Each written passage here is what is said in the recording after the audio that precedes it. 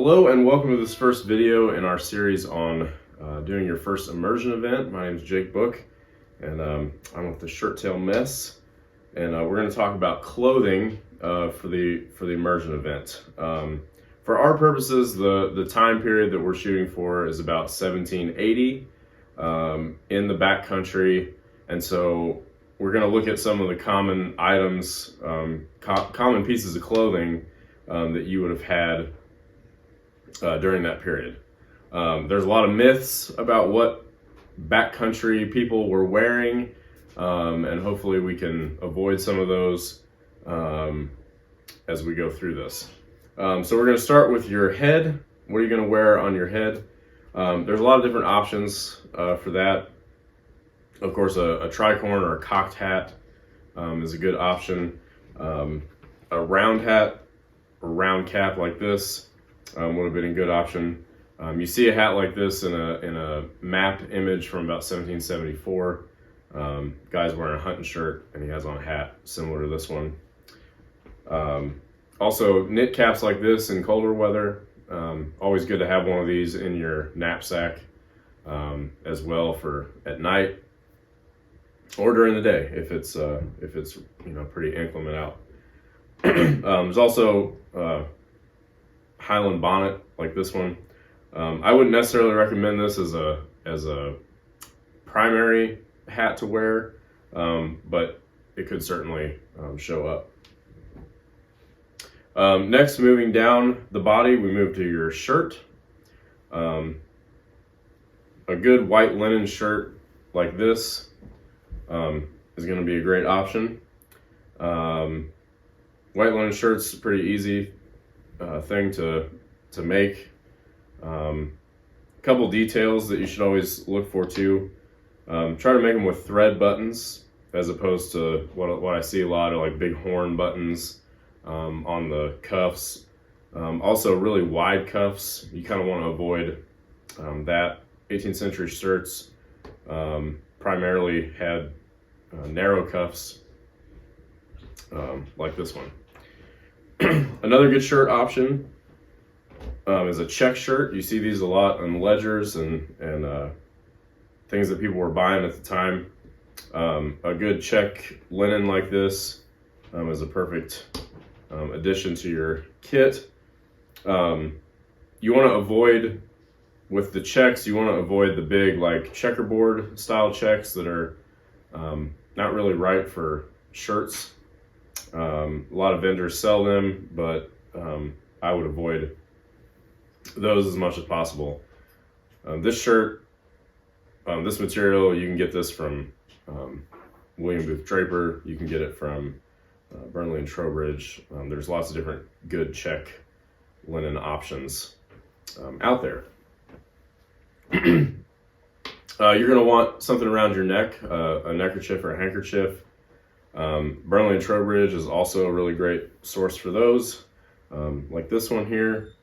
The one I'm wearing came from them as well. And these can be made out of cotton or silk. Those are probably the best options. You can also do like a linen stock, like a linen neck stock if you wanted as well. But those are some of the things that you'll want to have. Moving on to what you'd wear over your shirt. A sleeved waistcoat like the one I have on, that kind of cuts away at the bottom, at the waist. Things that you want to avoid with the clothing are going to be, long like wagoner smocks, big giant waistcoats that are worn over, that are kind of more cut on a French and Indian War pattern.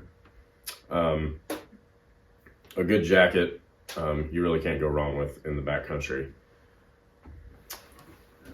Also, a round jacket like this would be a good option as well. A nice, just working man's jacket. These were pretty common in that period also. And then we get to the hunting shirt. The hunting shirt is probably the garment that is kind of synonymous with the backcountry.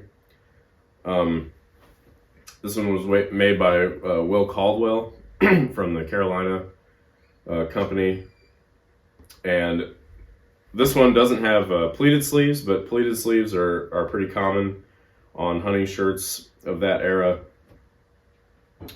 The thing to avoid with hunting shirts is materials like canvas or heavy cotton. You'd really just want to stay away from those altogether.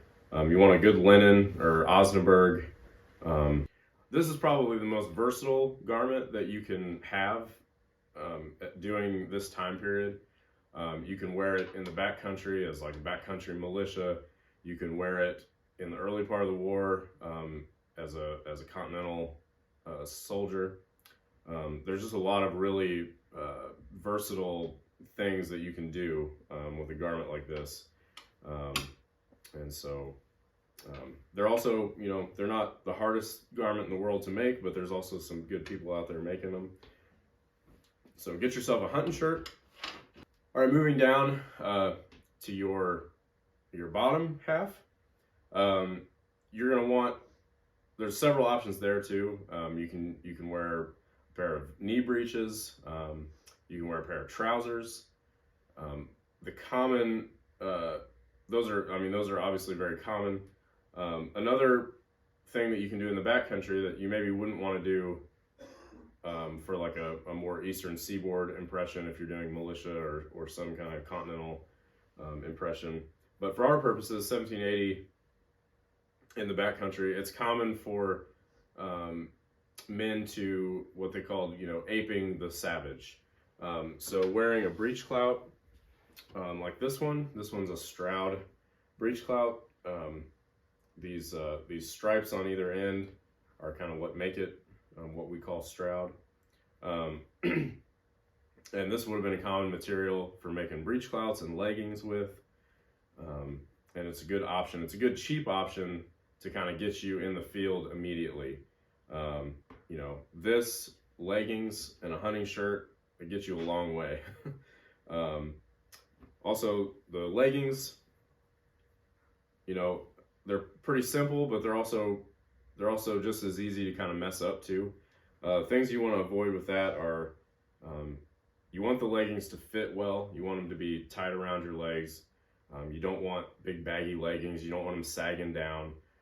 If you've ever been in the woods or tried to do something when you've got stuff that's like bagging and sagging, it's not a good experience, and it'll slow you down and not make for a very enjoyable time. So that's the leg options, the bottom half options. There's also footwear. Buckle shoes are going to be a common item, a great item to have in your kit. Another option in the backcountry especially are pucker toe moccasins. Again, an item that can be made a little bit cheaper than buying a buckle shoe, and can get you in the field pretty quick, and really a great comfortable option. Another thing that I didn't mention is cold weather. A good match coat like this one. Typically they're made out of white material, but there's some references to blue match coats as well. Just a simple coat with ties on the front to go over your bottom layer and keep you warm during the colder months. So that's basically everything that you might see in the backcountry for clothing, and any of these items would serve you well in a variety of impressions. But again, for our purposes, 1780 in the backcountry, this is a great kit to get started. So you can see there's kind of different layers to it. I recommend starting with the what can get you in the field the quickest. Again, a body shirt, a hunting shirt, leggings, breech clout. You're basically there, and ready to go into the field. In our next video, we're going to talk about accoutrements your rifle, your shot bag and horn, and everything that goes into your knapsack or your blanket roll. So stay tuned for that. I hope you enjoy this series, and we'll see you next time.